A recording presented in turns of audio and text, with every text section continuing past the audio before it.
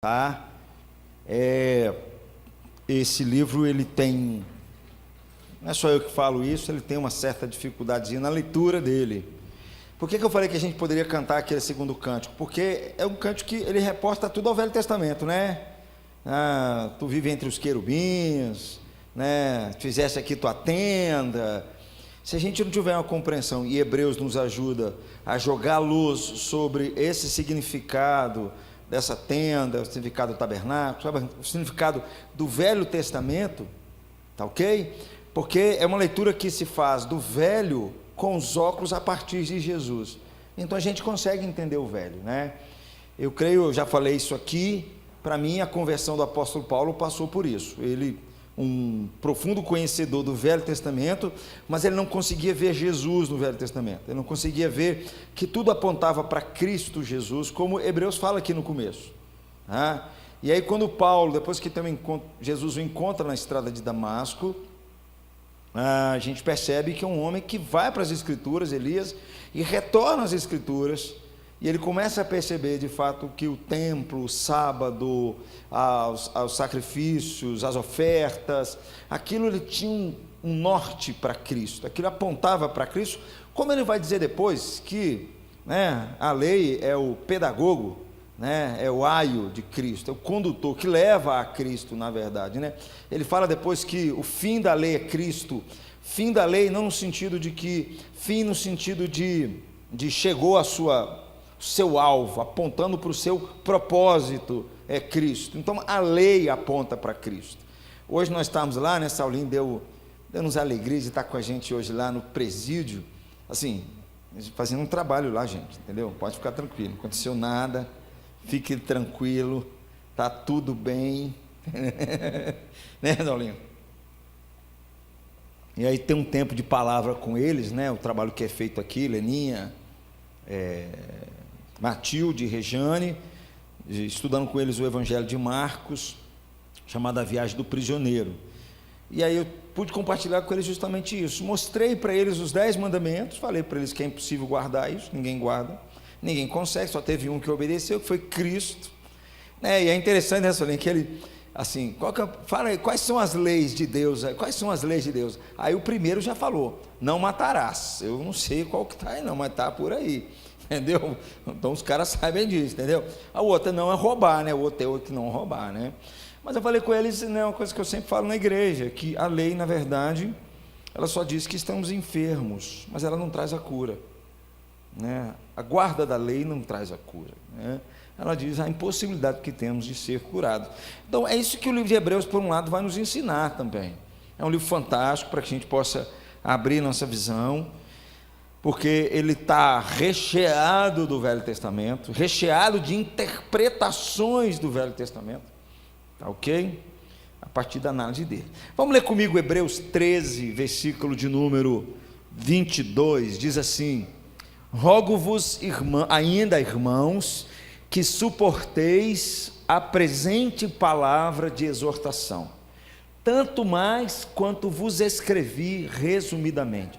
Então, o livro de Hebreus, assim, só passando assim no geral, os irmãos, os crentes em Cristo Jesus, estavam se perguntando se valeria a pena continuar seguindo Jesus, em face de tanto sofrimento. Alguns até poderiam desconfiar se de fato Jesus era até mesmo o Messias, era o Cristo, porque a vinda dele prometia outras coisas, a vinda do reino, a chegada do reino, e muitos sofrendo por causa da sua fé. E uma das questões de Hebreus que ele vai tratar é exortar os crentes a perseverarem, exortar os crentes a permanecerem firmes em Cristo Jesus, tá? Principalmente que Jesus, o livro vai falar isso de sobejo, ele é o sumo sacerdote, né? Ele é aquele que tinha aquela figura no Velho Testamento, mas do sumo sacerdote, mas que em Jesus isso se concretiza, tá ok? Então, é uma palavra de exortação. Alguém poderia ler, por favor, Hebreus 13, versículo 22, por favor? E aí eu vou pedir aos irmãos, eu não coloquei os textos aqui, para a gente ir lendo, para a gente poder também estar participando, e ao mesmo tempo ficando acordado também, né, Geraldinho? Não é verdade, Geraldinho? Você concorda com isso, Geraldinho? Não era para concordar não, Geraldinho. Se você fala que concorda, é porque você também está, né, Geraldinho? Hebreus 13, 22.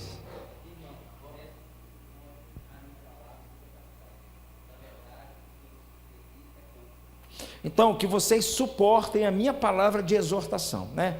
Paulo escreveu muito texto falando sobre exortação, e Hebreus também é uma palavra de exortação para os crentes, né? Em forma de uma carta, encorajando a perseverança. É impressionante, né? Encorajando os crentes à perseverança. Não é diferente não, senhor, né? Uma perseverança fiel à luz da palavra final, superlativa, de que Deus falou em Cristo Jesus. É o primeiro versículo que nós lemos. Tendo Deus outrora falado, muitas vezes e de muitas maneiras. Como é que é isso? Como é que Deus falou muitas vezes e de muitas maneiras? No Velho Testamento, não é isso? Falou pelos profetas, falou pelos reis, falou pelos sacerdotes, falou muito e de muitas vezes. O texto diz isso. Mas o texto nos diz aqui, mas nos últimos dias nos falou pelo Filho. O verbo falar ali, ele é assim, falou e não fala mais. Ele é a última palavra. Ele é a palavra final. Isso ensina, né? A gente estava até estudando, né? Ande sábado, né? Que assim, é um princípio da reforma na só Escritura. Não é verdade? Jesus é a palavra final. Ou seja, não tem acréscimo, não tem invenção, não tem nada que alguém possa dizer. Falou várias vezes, de muitas maneiras, mas nos últimos dias, ele falou pelo Filho, a quem constituiu herdeiro de todas as coisas. Então, encoraja os crentes a perseverar, agora com base nessa palavra final, de que Deus falou em Cristo Jesus. Tudo bem? Quem é o autor? Não sabemos, tá bom? Não sabemos. É bom dizer que Hebreus, ele faz parte das chamadas cartas gerais. Então, Hebreus, Tiago, 1 e 2 Pedro, 1 e 2 João e Judas, faz parte das chamadas cartas gerais, né? Enquanto você tinha lá as epístolas pastorais, você tinha as epístolas de Paulo, você tinha as cartas pastorais de Paulo.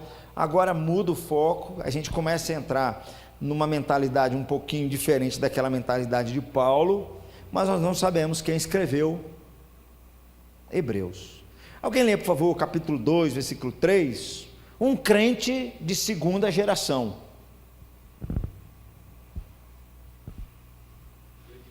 Dois, três, ande.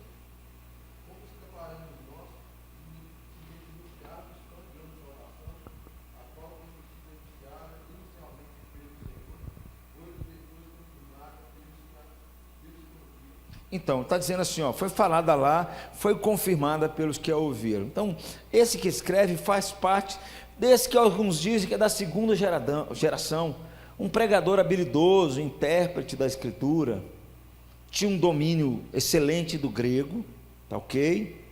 De onde veio ao cano as cartas de Paulo, mas não definitivamente por ele. Então, era um pregador habilidoso. Alguns podem dizer que pode ser Apolo, né? Ninguém sabe, pode ser Apolo. Tem outros que defendem que é Paulo, mas eu acho que não é. Acho muito difícil ser Paulo, né? Assim, a linguagem de Paulo era muito mais, né, da forma como ele escreve, diferente. Então, ninguém sabe direito quem escreveu Hebreus, tá ok? Mas era alguém que fez parte da segunda geração, talvez aqueles primeiros cristãos, os primeiros que participaram ali do Pentecostes, daqueles primeiros momentos. Talvez eles faleceram, tá? E ali, talvez para o ano 70 ou 60, começa a surgir uma outra geração. Talvez ele faça parte desse grupinho aí. A data também nós não sabemos. Tá ok? Talvez entre 50 e 90. Né?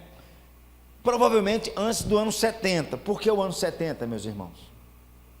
Porque o ano 70 teve a destruição do templo em Jerusalém. Então, talvez tudo indique que foi antes do ano 70, porque ele cita muito isso lá, né? Mas nenhuma indicação, desde que o autor não dá nenhuma indicação, de que o templo judeu foi destruído. Quer dizer, o autor não fala sobre isso. Então dá a entender que talvez foi antes do ano 70. Tá ok? Então, a gente também não sabe. Quem são os destinatários? Os estudiosos dizem que é um grupo desconhecido de cristãos judeus, predominantemente judeus, porque ele vai usar muito o Velho Testamento. Então, quando se usa muito o Velho Testamento, a gente pode esperar que está falando para judeus. Talvez uma igreja doméstica em Roma. Alguém poderia ler Hebreus 13, 24, uma outra pessoa nos ajudar aí? Talvez uma igreja doméstica lá em Roma, né?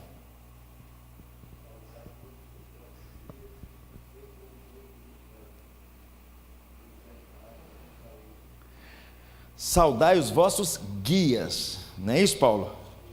Isto. Bem como todos os santos, talvez aqui, né, numa casa que esteja ali, né? E esses crentes, eles estão fazendo uma opção por relacionamentos com a comunidade cristã maior. Alguém poderia ler 10, versículo de número 25, por favor?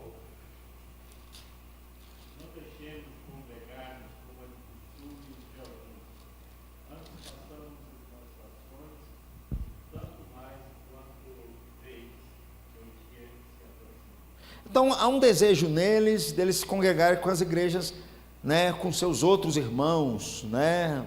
Tudo indica que é isso, né? Não deixemos de congregar-nos, como é costume de alguns aqui, né?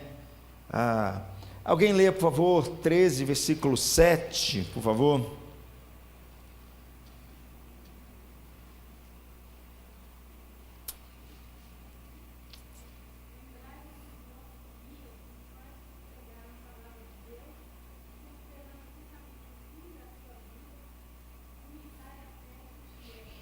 Lê o 17 também, Janaína, por favor. Repete novamente isso. Ó.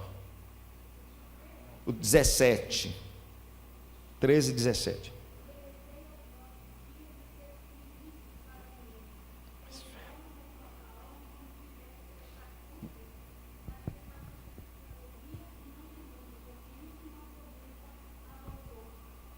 Então, tudo indica assim, quer dizer, fala de guias, fala do desejo de congregar.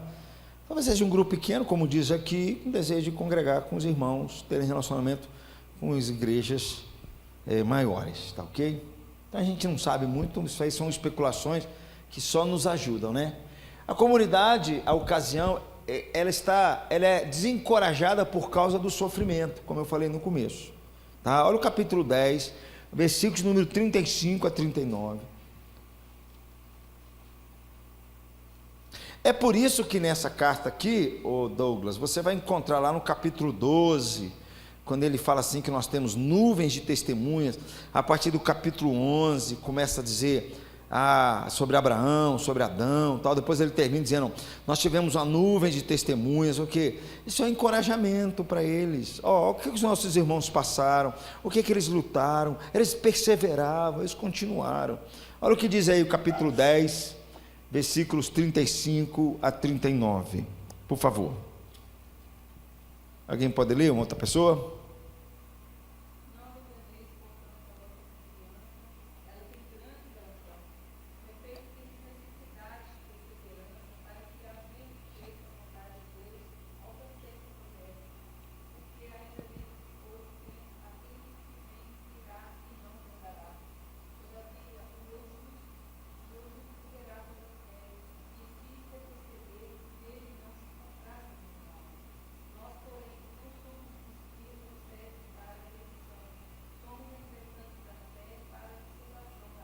E aí vai começar o capítulo 11. Ora, a fé, a certeza das coisas que se esperam, a convicção. Mas persegue o versículo 35, não abandoneis a vossa confiança, ela é de grande galardão. 36, vocês têm de necessidade de perseverança, para que, havendo feito a vontade de Deus, alcanceis a promessa. Eu falei aqui num dia desse, não sei se foi, acho que foi domingo de manhã, que a graça, ela não exclui, em hipótese alguma, a graça não empurra ninguém para uma vida de conformidade, de zona de conforto, pelo contrário, A graça nos convida a uma vida de perseverança, uma vida de buscar mais, buscar crescer cada vez mais. A graça não exclui esforço, não exclui esforço, não exclui dedicação, não exclui perseverança, não exclui nada disso. Se fosse assim, você pega um homem como Josué, né, depois que Moisés fala, para que Deus vai falar com ele assim, ó, Josué, ser forte e corajoso, não estou mandando você? Entra e toma a terra. Para que ele vai falar uma coisa dessa? Ou para grandes homens do passado, líderes do passado, que sempre estavam encorajando aqueles nossos irmãos. Então a vida da igreja não é diferente, ó. Tendes necessidade de perseverança, né, para que vocês alcancem a promessa, tá? Então há uma parte de sofrimento, né? E talvez por dúvidas sobre se Jesus realmente cuidou do pecado. O autor escreve para convencê-los a não jogar fora a sua confiança. Nós já lemos o versículo 35, eu queria que nós lêssemos o capítulo 2, versículos número 1. Ok? Alguém poderia ler para nós?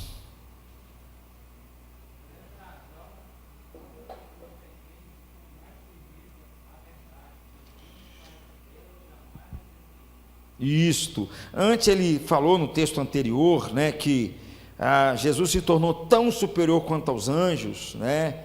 E aí ele começa o capítulo 11 dizendo, por essa razão, importa que nos apeguemos com mais firmeza às verdades ouvidas, para que delas jamais nos desviemos. Não, meu, isso aqui é o crente, ó. Está falando para o crente aqui, ó. Olha o capítulo 4, versículo 14.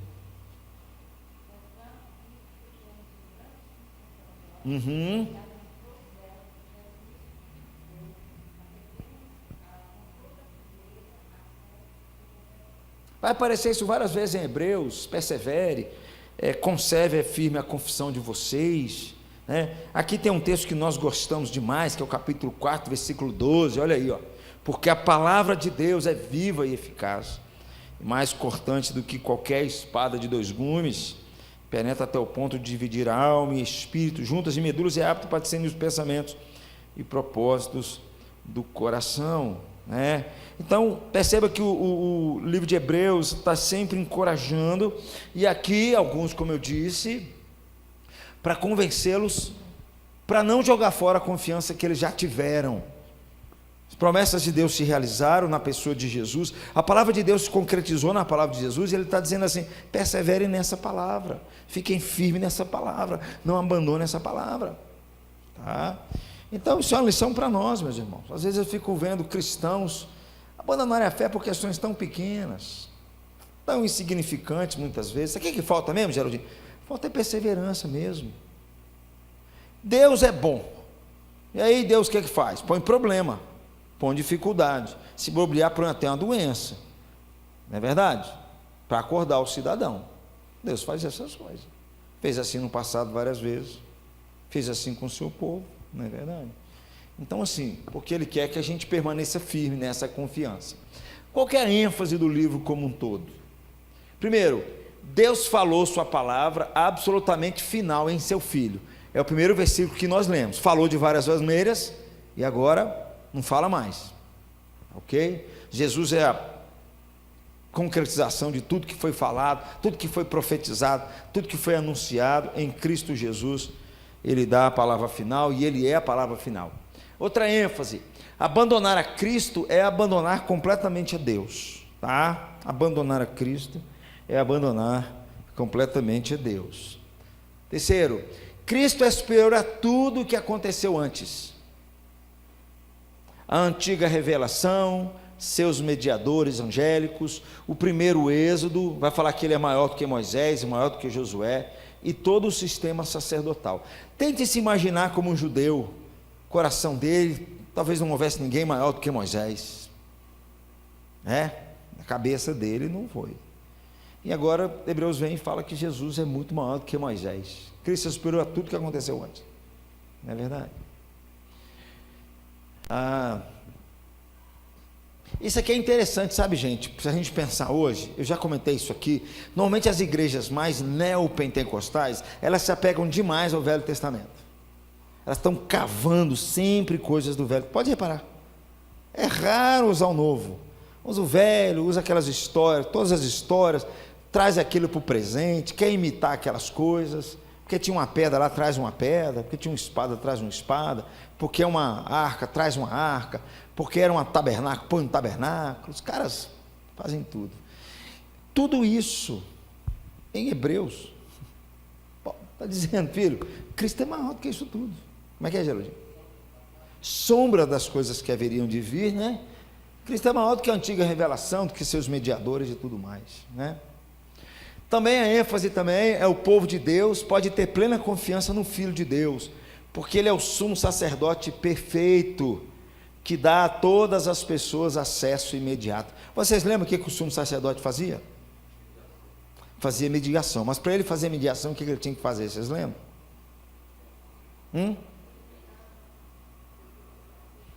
Ele tinha que se purificar para entrar no Santo dos Santos, né? Ele trocava a vestimenta dele, né? Ele tomava um banho. Eu já comentei isso aqui uma vez, né? Uma semana antes ele era afastado para não tocar em nada de imundo, absolutamente nada imundo.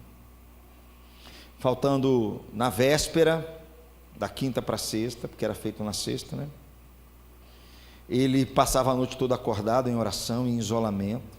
Quando chegava no outro dia, ele tomava um banho, trocava sua vestimenta e fazia isso de frente com a comunidade, dentro do templo. E aí ele fazia uma oferta, uma expiação pelo seu próprio pecado. Depois ele voltava novamente, trocava a vestimenta de novo na frente do povo, voltava para fazer a expiação pelo pecado do povo. Fazia isso 3 vezes, né? Então, Jesus é muito superior a isso. Jesus não precisou fazer expiação sobre si mesmo, né? Porque o texto vai nos dizer que nele não havia mancha, não havia pecado, não havia nada em Jesus, né? Ok? Agora imaginem vocês, mais uma vez, que nós não temos essa cultura judaica. Agora imagine alguém que veio de um contexto judaico, quem era o sumo sacerdote para ele, como é que ele enxergava essa pessoa? Agora o Hebreus vem e fala assim, ele é superior a esse homem que está aí. Ele é superior a todos os sumos sacerdotes do Velho Testamento. Todos eles. Imagine. É isso que o texto está trazendo à memória daqueles cristãos. E ao fazer isso, o que ele está dizendo? Perseverem. Perseverem. Não desistam, perseverem. Olha o que ele fez por vocês. Ele é superior a tudo isso, ok? Então, qual é a visão geral do livro de Hebreus? Gente, Hebreus é um argumento longo e sustentado, no qual o autor se move para frente e para trás entre o argumento. Normalmente Hebreus sempre termina assim, se você lê Hebreus, quer ver? Abre sua Bíblia assim, só fazer um panorama assim geral. No finalzinho, por exemplo, assim, no capítulo 1, versículo 14, ele vai falar alguma coisa, aí no versículo 12, ele vai começar o que ele falou no final do versículo anterior, né? Não, 14, não são todos espíritos ministradores enviados para serviço a favor dos que hão de herdar a salvação? Por essa razão, importa que nos apeguemos com mais firmeza às verdades ouvidas, para que delas jamais nos desviemos, tá ok? Olha o capítulo 2, versículo 18, pois naquilo que ele mesmo sofreu, tendo sido tentado e poderoso, é poderoso para socorrer os que são tentados. Por isso, santos irmãos, que participais da vocação celestial, considerai atentamente o apóstolo e sumo sacerdote. Vai embora, tá ok? Versículo capítulo 3, versículo 19, vemos, pois, que não puderam entrar por causa da incredulidade. Capítulo 4, versículo 1, temamos, portanto, que sendo nos deixada a promessa de entrada. Ele vai falando, aí no finalzinho encerra com um versículo, começa outro texto, amplia o versículo anterior, mas ele fica nesse vai e volta, porque ele vai repetindo muito, vai fazendo interpretações de vários textos do Velho Testamento, vai repetindo muito sobre a questão do sacerdócio, do sumo sacerdócio. É assim que funciona. Tudo baseado nas Escrituras, ok? Entre os seus argumentos e as suas exortações. Do começo ao fim, a superioridade absoluta do Filho de Deus para tudo o que aconteceu antes. Tá? Jesus é sempre superior a tudo mais. Ele vai enfatizar isso na vida daqueles nossos irmãos e para a nossa vida também. É disso que se trata a sua exposição nas Escrituras, tá, ok? Tudo bem até aqui, meus irmãos? É isso que é Hebreus. Qual que é a preocupação do autor, gente? É a possibilidade de que alguns crentes, sobre a aflição atual, venham a abandonar a Cristo e também venham a perder a obra salvadora do Filho e a alta intercessão sacerdotal, assim sua própria experiência da presença de Deus.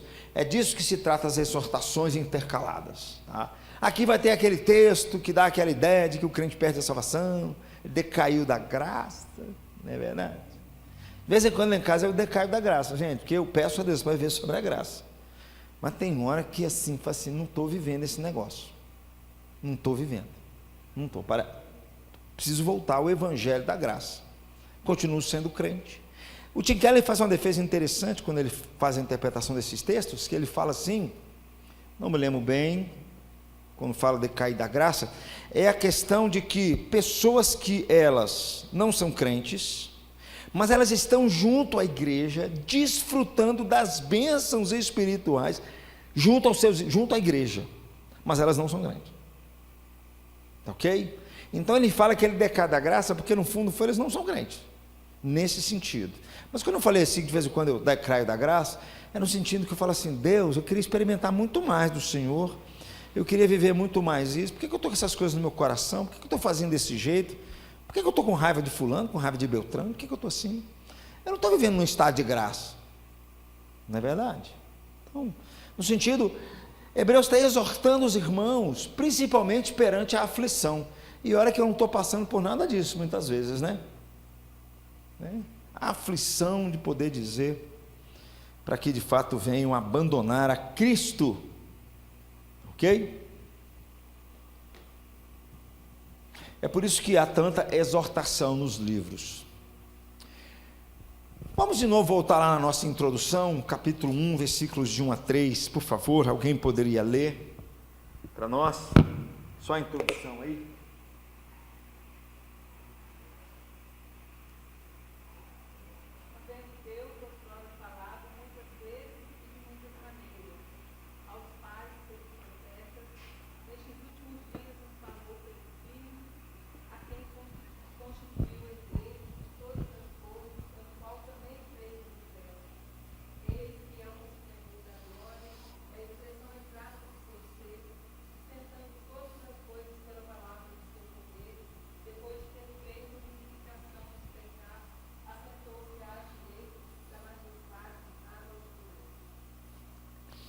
Um dia eu acho que eu citei aqui, se eu não citei, eu cito de novo, né?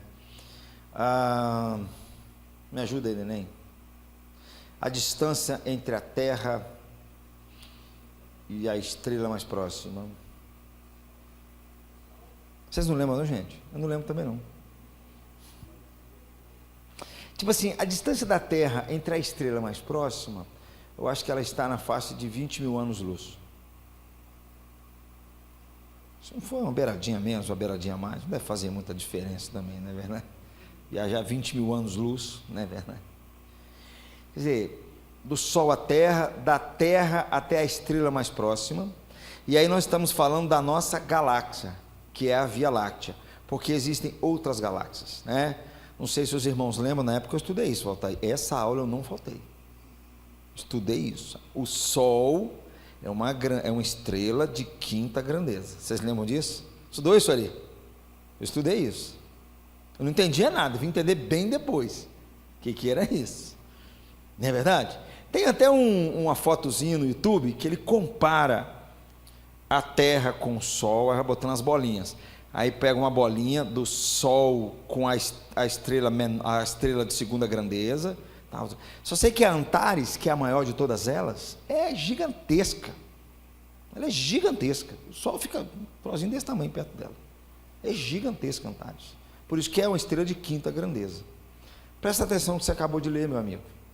O texto diz aí que Jesus sustenta todas as coisas pela palavra do seu poder. Todas as coisas. Jesus sustenta todo o universo. É por isso, Inês, que ontem no nosso grupo, né, nós comentamos, não tem como, né? O pessoal comentou sobre a glória de Jesus. Não é verdade? Não sei quem comentou ontem quando passa, quem foi que falou o negócio? passa a glória, como é que é? Foi Geraldinho. Isto. Não, mas alguém citou uma frase que falou que... Foi Douglas. Como é que era a frase, Douglas? Como é que era a frase? Foi tão bonita a frase. Isto.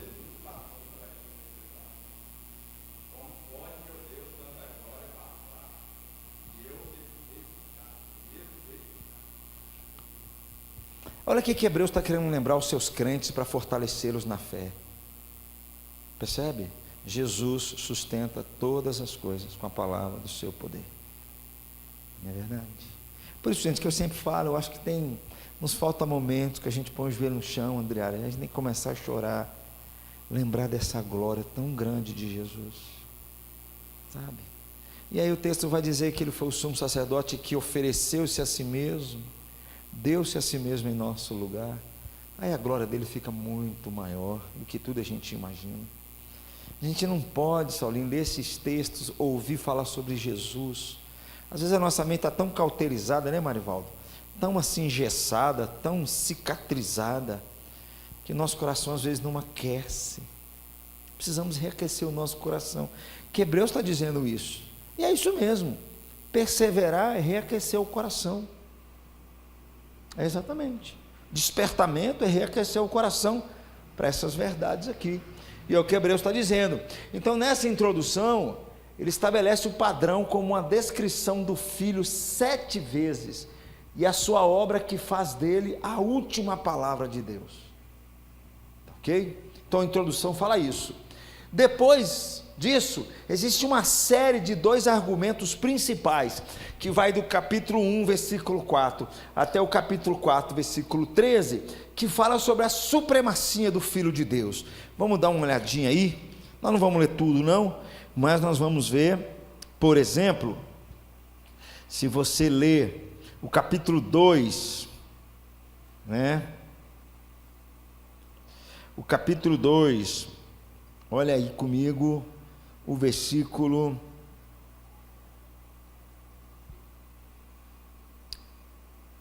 Aqui, ó. Versículo de número 10. Porque convinha que aquele por cuja causa e por quem todas as coisas existem, conduzindo muitos filhos à glória, aperfeiçoasse por meio de sofrimentos o autor da salvação deles, né? E aí ele vai continuar falando sobre isso, capítulo 3, vai dizer que Cristo é superior a Moisés, está o nosso título aí, ó, que nos ajuda um pouquinho, né?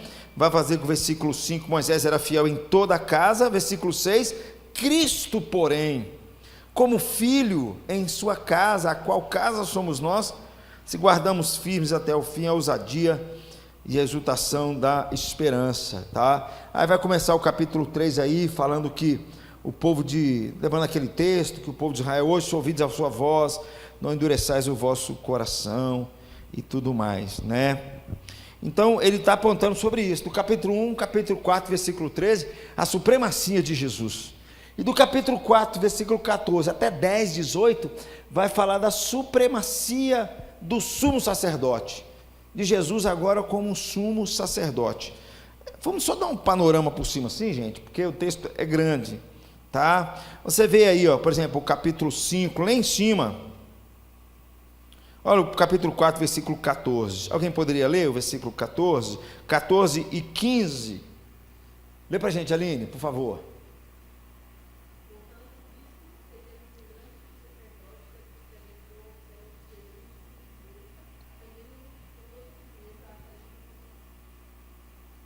Para ler o 15.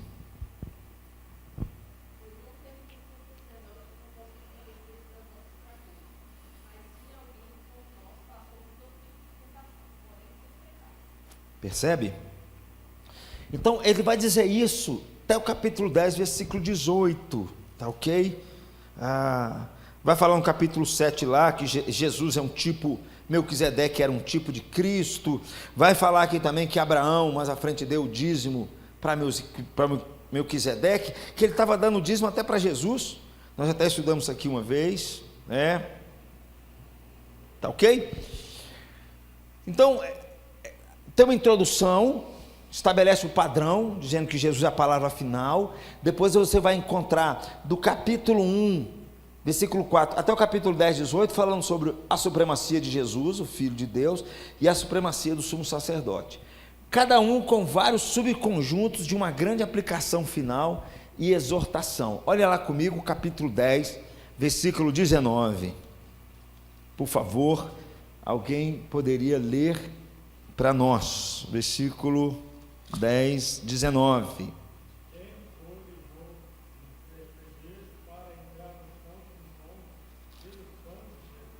Pode ler até o 25, Paulinho. Novo e vivo caminho.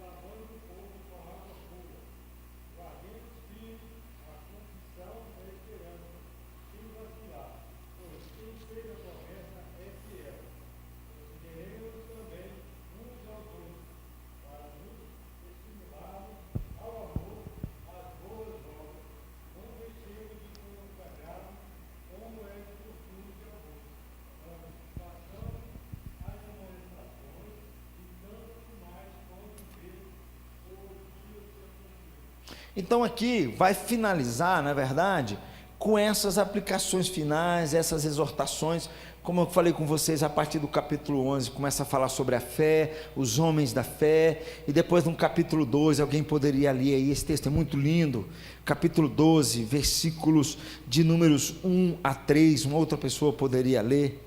Obrigado, Paulinho.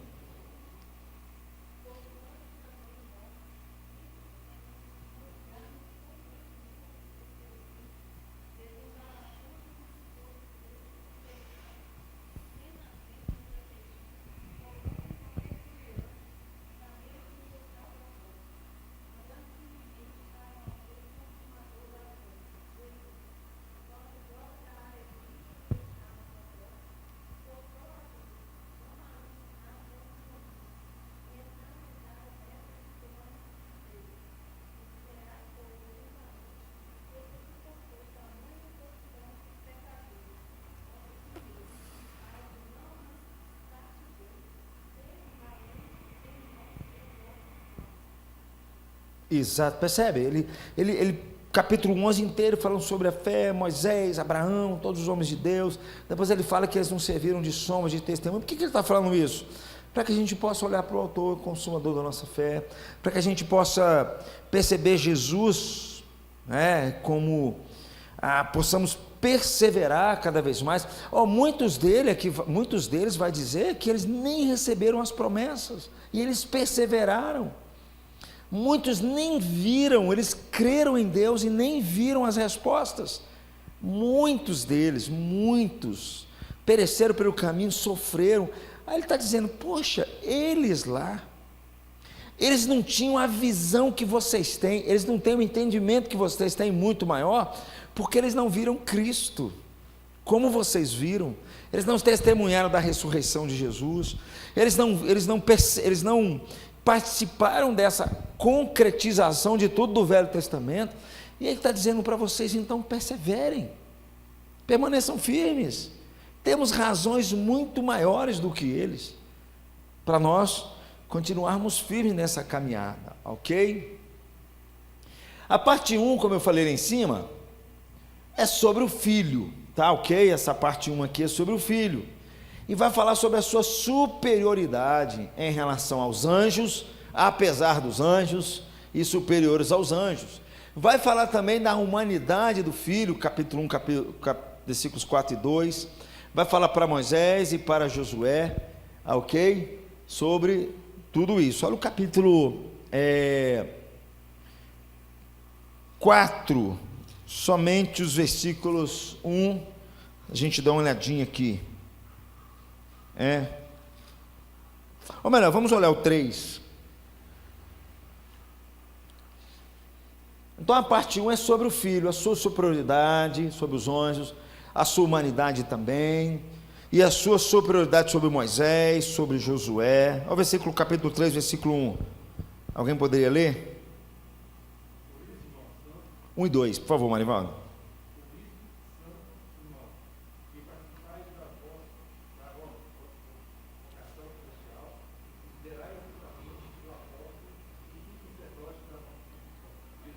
Pode ler o 2.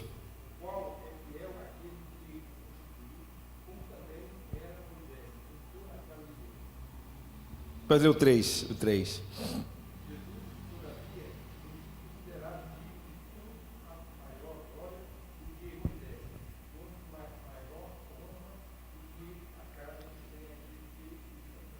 Então a parte 1 é praticamente só sobre o filho mesmo, tá? Ok?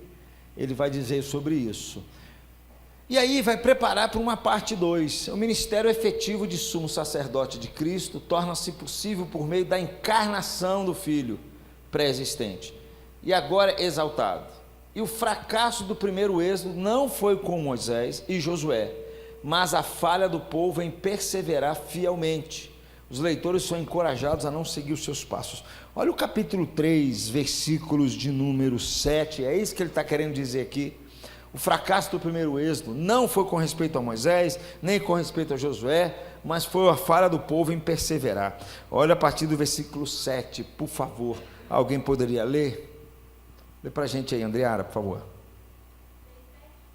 3, versículo 7 em diante.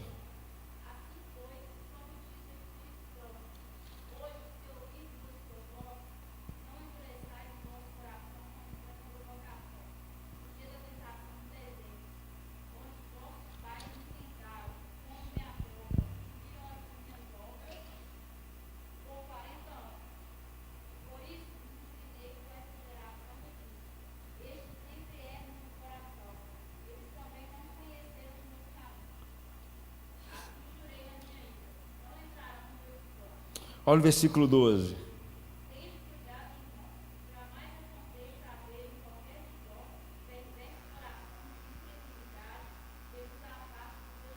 Treze.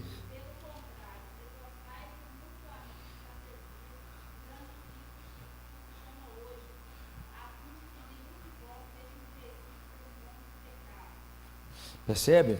Olha o capítulo 4 ainda. Olha o capítulo 4, versículo 6. Veja bem, no tempo de Moisés, agora no tempo de Josué. Olha aí, ó, capítulo 4, versículo 6. E ele diz assim, finalzinho 5, fala assim, e novamente não entrarão no meu descanso. Olha o versículo 6, alguém poderia ler? Pode ler, ler.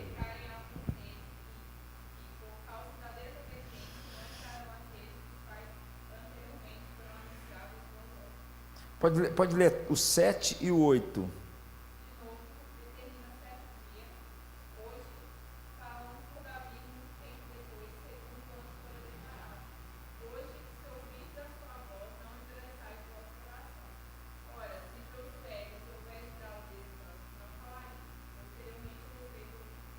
Pode ler, você vai ler do 9 ao 12.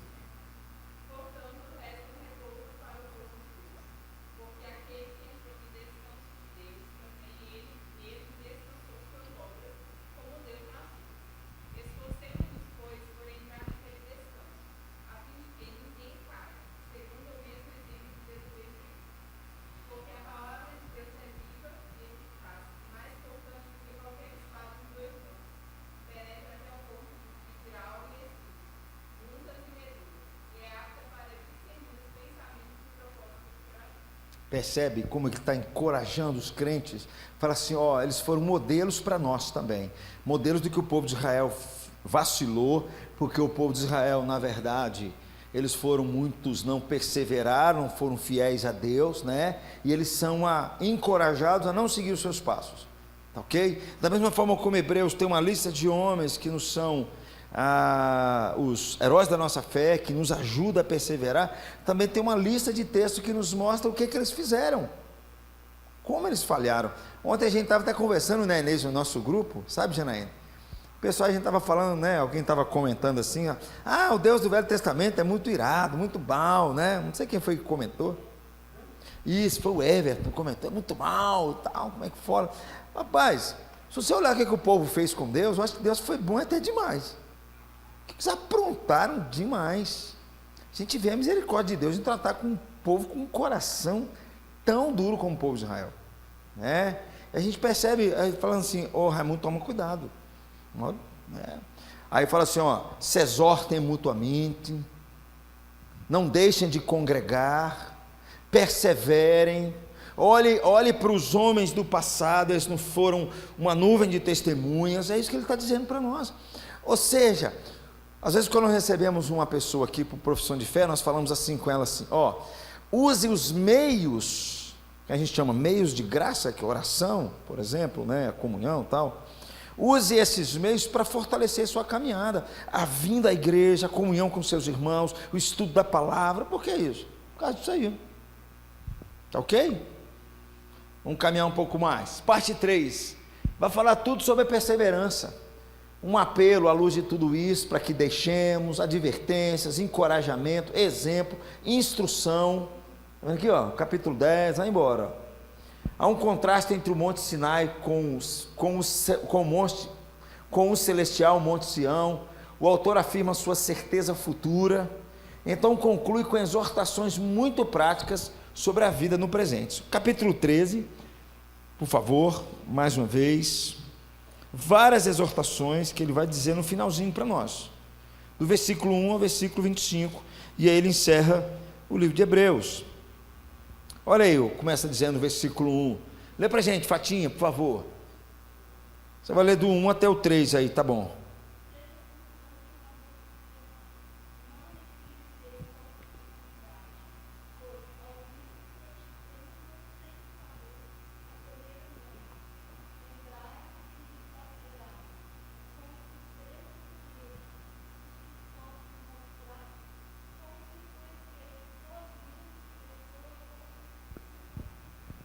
Então ele conclui esse capítulo inteiro com várias exortações muito práticas sobre a vida presente. Então percebe assim, a perseverança na vida do crente é para que no final ele vive isso aqui, né? Ele vive essa realidade aqui no seu tempo, tá ok? Observe como é que o autor ele faz esse trabalho. Ele traz uma série de 7 exposições de textos chaves do Antigo Testamento, enquanto faz a transição entre cada uma por meio de uma exortação.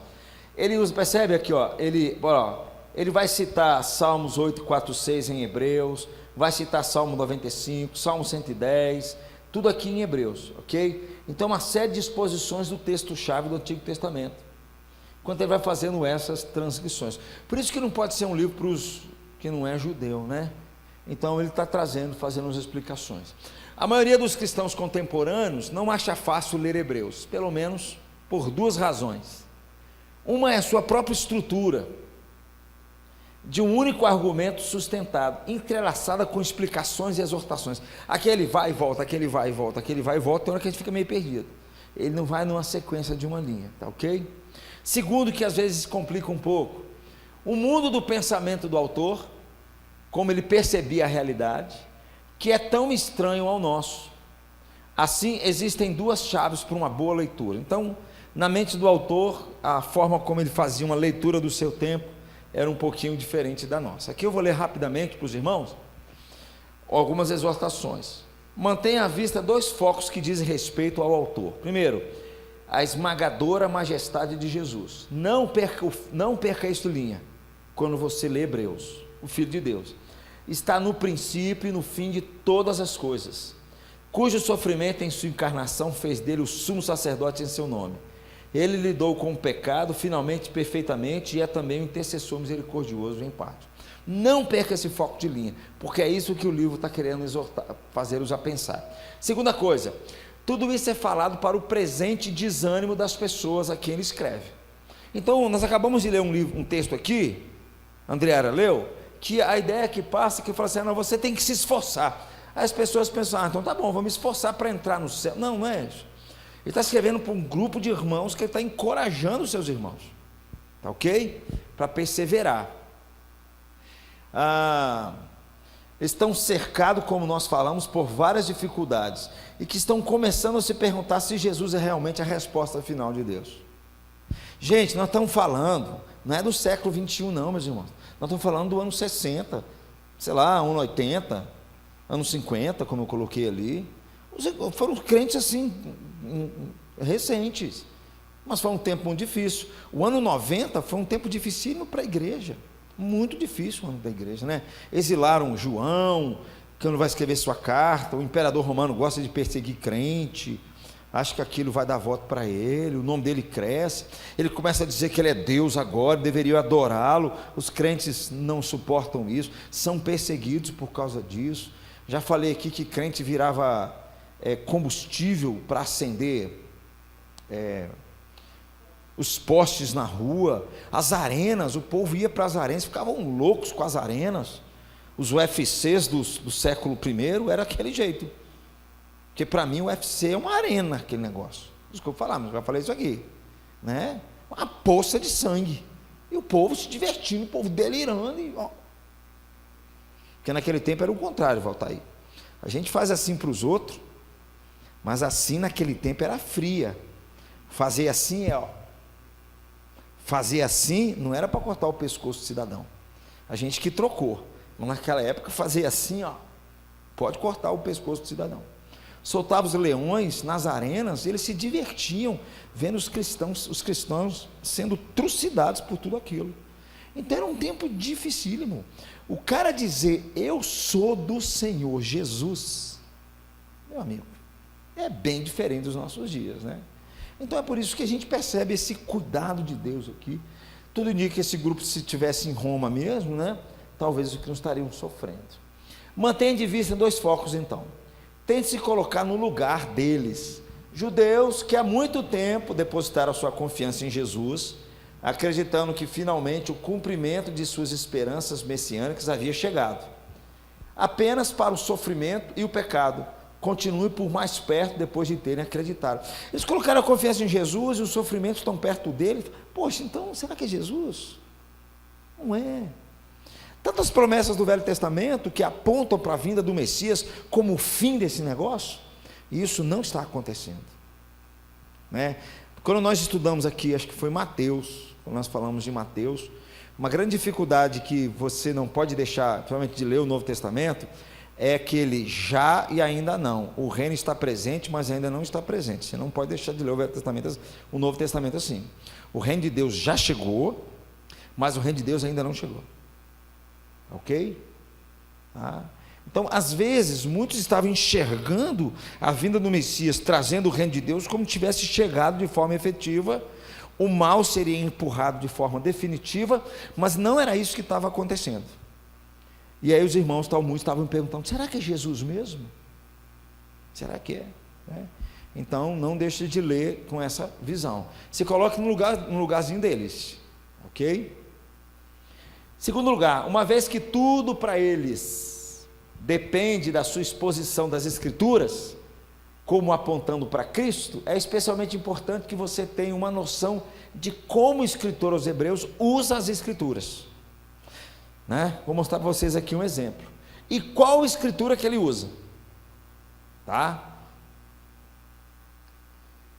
Bíblia que ele estava usando era a Septuaginta. A Septuaginta era uma versão, né?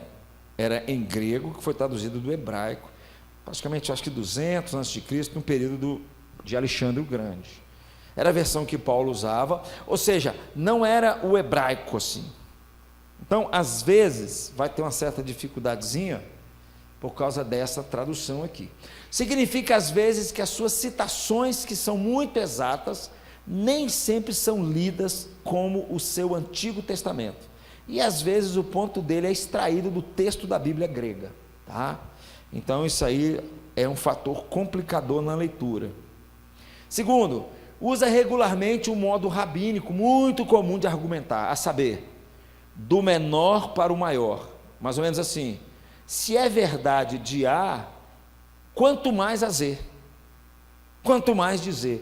É assim que a forma como um rabino lia, sabe? Então isso é só um fator complicador para a gente fazer uma leitura mais próxima de Hebreus, ok? Ele lê todo o Antigo Testamento através da lente de Cristo, entendendo bem que os salmos reais apontam para o filho maior de Davi, o Messias. Cita muitos salmos mesmo, mas o que é importante, tá ok? Lê tudo com a lente de Cristo, tá bom? Apontando que Jesus é muito maior do que Davi. Vamos lá, para a gente caminhar para o final. Especialmente importante que você esteja ciente de qual escritura o autor regularmente cita e depois argumenta. Por exemplo, mesmo que ele alude ao sistema sacrificial, lá no capítulo 9, ele não cita Levítico. Era para citar Levítico, mas ele não cita. Em vez disso, ele concentra seu argumento quase completamente em Jesus como cumprimento de um salmo real. Está no Salmo 110. Ok? Então, às vezes, isso não ajuda muito na leitura. Tá? Porque o ideal, meus irmãos, principalmente o ideal é o seguinte: se você está lendo qualquer texto bíblico, Raimundo, no Novo Testamento, se ele cita um texto do Velho, o ideal é você ir lá para o texto do Velho Testamento, fazer uma análise como foi no Velho Testamento, como é que estava se dando naquele ambiente, e depois você continua a sua leitura do Novo. Porque se o autor está citando o Velho, qual a leitura que ele está fazendo do Velho para extrair aquele texto e trazer para cá? Qual que era o contexto daquele texto lá atrás no Velho Testamento? O que ele queria? O que ele deixou? O que ele tirou? O que ele acrescentou? Ou ele não acrescentou nada? Tá ok? Então é muito importante isso. Tem um autor, eu já acho que você tem com Douglas, ele é professor no seminário em Westminster, chamado G.K. Beale, o nome dele. Mais ou menos assim, entendeu? O nome dele. Se não for assim, fica assim mesmo, entendeu? Não conhece, não é verdade? Ele escreveu 2 livros assim, calhamaço de livros, e o título do livro é mais ou menos assim, calhamaço mesmo, assim, lendo o Novo Testamento a partir do Antigo Testamento. Aí ele vai em cada texto do Velho Testamento, o autor no Novo citou. Aí ele vai lá no Velho Testamento, faz a leitura do Velho, transporta para o Novo, para ver o que quer dizer no Novo Testamento. Por que o autor do Novo Testamento está citando aquele negócio? O que é isso, gente? Isso é bom demais. Isso é zelo com as Escrituras. Isso é zelo com o estudo das Escrituras. Isso é muito importante, não é? Mas o que isso nos ajuda? Nos ajuda nos desafia, só isso, tá? Mas eu creio que aqui já nos deu uma visão geral. Ao mesmo tempo, ele pressupõe que Jesus também cumpre o primeiro salmo real, Salmo 2, que é um salmo messiânico. O último declara que o Messias é o Filho de Deus, Salmo 2,7, que é a primeira coisa que o autor diz em sua introdução, Hebreus 1, versículo 2. Então é assim que nos ajuda a fazer a leitura de Hebreus, tá? Estou terminando, gente. Ele então elabora em termos do Filho ser herdeiro, como nós lemos no capítulo 1, Criador e sustentador do universo, e dele ser o resplendor da glória de Deus e a representação exata do seu ser. Salmo 2,7 fala sobre isso. Junto com a aliança davídica, é a primeira citação de Hebreus. Na série de textos de prova que se segue, você vai encontrá-lo citado novamente, pela última vez, capítulo 5, versículo 5, onde é acompanhado de uma citação do Salmo 110, versículo 4. Então, eu só dei esse exemplo aqui para mostrar como é que o autor de Hebreus, ele pegava um texto do Velho, fazia uma análise de Salmos, apontava para Jesus, mas como é que ele fazia essa leitura? Tá ok? Gente, essas coisas são muito importantes, tá? Principalmente nos dias de hoje, onde nossas igrejas estão infestadas de judaísmo. Infestadas de judaísmo. Onde o pensamento judaico no meio da igreja tem crescido cada vez mais. E os irmãos sabem que, para mim, pensamento judaico crescendo no meio da igreja é diminuir a ação do evangelho, é tornar-nos cada vez mais legalistas, religiosos e acharmos que estamos bem demais na fita. Temos muita... Uma vez eu ouvi Augusto Nicodemos falando sobre isso, eu nunca esqueci. Existe um pessoal dentro da igreja, Andriara, igreja evangélica, porque o pessoal fala assim, Aline, é porque foi o rabino que interpretou. O rabino interpretando é a voz de Deus na terra. Aí o Augusto falou assim, que é isso? Eles erraram as interpretações lá no tempo de Jesus, que papo que é esse?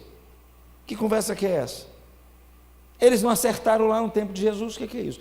Porque existe muito isso. Não, é porque foi o rabino que falou, rabino fulano de tal que falou. Ué, se no tempo de Jesus eles não conseguiram fazer uma leitura de Jesus, né? Então, assim, é bom que nos ajude com respeito a tudo isso, tá? Tá, eu vou pular essa parte aqui, meus irmãos, porque nos dá uma... Ele está fazendo uma explicação do Salmo 110 e tudo mais, tá ok? Caminhar para o final, né? Quando você pega tudo isso, tudo que foi dito lá sobre Salmos, você vai acrescentar algumas coisas. Por exemplo, o fracasso de Israel, nós lemos, o fato de que Deus prometeu uma nova aliança, o fato de que a morte de Cristo efetuou tanto o novo pacto como o sacrifício perfeito, uma longa lista no capítulo 11 com respeito à fé. Acrescente tudo isso, fracasso de Israel novamente, em entrar em repouso, a superioridade de Sião, do Monte Sião. Você deve ser capaz de ver então não apenas onde todo o argumento está indo, mas também quão persuasivo deveria ter sido para esses primeiros cristãos judeus. O autor aos Hebreus, ele está querendo convencer os seus irmãos que são judeus sobre a superioridade de Jesus, e ele recheia de textos do Velho, de Salmos, de interpretações importantes, para mostrar a superioridade de Jesus para eles, para fortalecê-los na fé deles. Para nós é a mesma coisa, meus irmãos, tá ok? Finalmente, esse é um documento especialmente importante na história bíblica, pois mostra tanto a continuidade do novo como do antigo. Jesus cumpriu o antigo, completando assim o seu propósito, quanto à natureza da descontinuidade. Aqui é continuidade. Quanto à natureza da descontinuidade, o povo de Deus é agora recém-constituído através do verdadeiro Filho e o Espírito de Deus. Tudo isso pelo um e único Deus vivo. Quando eu falo continuidade e descontinuidade, vocês entendem? Porque veja bem, a igreja já estava no Velho Testamento, ok? A igreja é formada como o povo de Deus, daqueles que são salvos em Cristo Jesus. O Velho Testamento olhava para frente nas promessas de Deus, nós olhamos para trás. A diferença básica é essa. Então, havia uma igreja no Velho Testamento. A grande pergunta é, o que dessa igreja continuou no Novo e o que dessa igreja não continuou no Novo? Tá ok? Por exemplo, a igreja do Novo, ela está mais aberta para quê? Gentios. A igreja do Velho não está assim, né? A igreja do Novo, por exemplo, não tem problema com as mulheres. Lá atrás tem problema com as mulheres, ok? Então, são continuidade e descontinuidade. E Hebreus fala sobre isso, tá? Mas no final, o mais importante é que o Filho de Deus, ele é único, um único Deus vivo. É isso que eles precisavam saber, que os ajudaria na caminhada deles. Última fala. Se você estiver desanimado na sua fé, se você estiver desanimado na sua vida com Deus, meu amigo, leia Hebreus. Você pode não estar entendendo nada, mas leia Hebreus. Porque ela foi escrita justamente para isso, para que os crentes perseverem quando eles estão passando dificuldades, aflições, ok? É isso daí que fala um pouco do livro de Hebreus. Tudo bem, meus irmãos? Deu para entender um pouquinho quando a gente for ler Hebreus? Uma visão assim panorâmica para a gente poder aprender um pouco mais sobre o livro dele. Alguma pergunta? Vamos orar então, meus irmãos. Convido vocês a colocar de pé nesse momento e nós vamos